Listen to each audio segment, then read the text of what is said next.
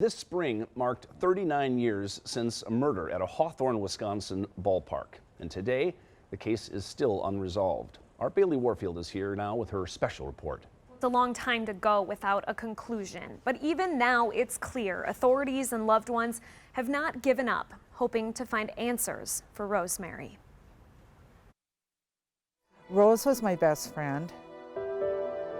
She was very stubborn, very beautiful, but nice and warm too. Robin Krause and her best friend, Rosemary Krause-Wormter, would have become sisters-in-law. Rosemary's brother John liked Robin. She had told me a couple months before that he wanted to ask me out.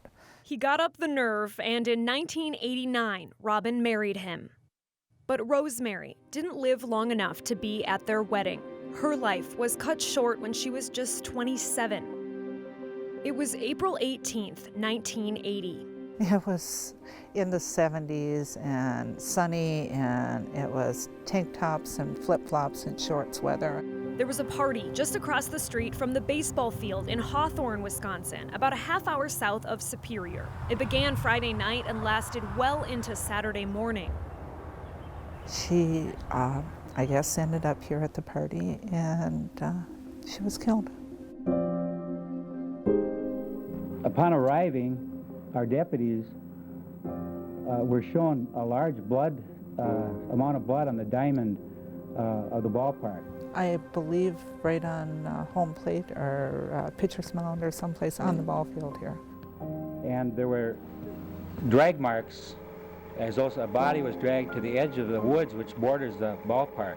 Sometime overnight, while the party went on just across the street, Rosemary ended up on the baseball diamond. Someone cut her throat, killing her. Sheriff's deputies found her body the next afternoon. The deputy followed the drag marks into the woods, temporarily lost it around a little swampy area, picked it up again on the other side of the swamp, followed in about another 100 yards, probably 150 yards altogether from the edge of the ballpark, and found under a tree, a pine tree, found a body of a female. The news media, one of the channels, had released some disturbing news that the family wasn't informed about ahead of time, that she was found without clothes on. So that was upsetting, you know. Douglas County Chief Deputy Gerald Moe started taking another look at the case in 2005, 25 years after it happened. I kind of start from square one. Start interviewing people all over again. Moe says there were up to 70 people at the party that night. And I've been from one end of the state to the other trying to track people down. And there's people in Florida, California that you try to talk to. Robin hopes after all this time, someone might open up. I know there were a lot of young teenagers that used to come to the parties and stuff. They might have seen something and not even realized, or was scared, or, afraid they'd get in trouble if they said anything. Even 4 decades later, being back at the baseball field where her best friend was killed, it's almost like an eerie feeling. Perhaps partly because there have still been no answers for Rosemary. I think it changed the lives of a lot of people. Especially the ones close to her. I had a little bit of fear, but it just more a loneliness, a loss. 4 months after the crime, a man stood trial, charged with the murder. A jury acquitted him, and Deputy Moe believes they made the right call. He thinks the murderer is still out there. It's troubling that people know what happened over here. People know what happened over here. People know what happened over here.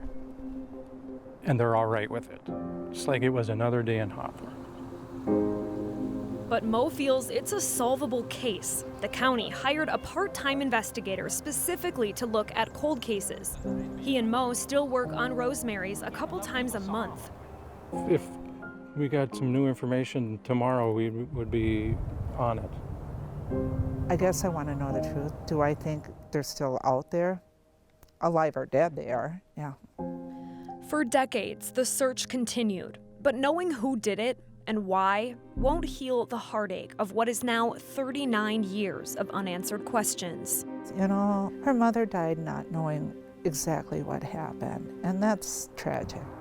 But Robin doesn't see why now couldn't be the time to get answers for Rosemary. If you've seen something, say something. If you overheard a conversation, anything, you know, get a hold of the Sheriff's Department, please.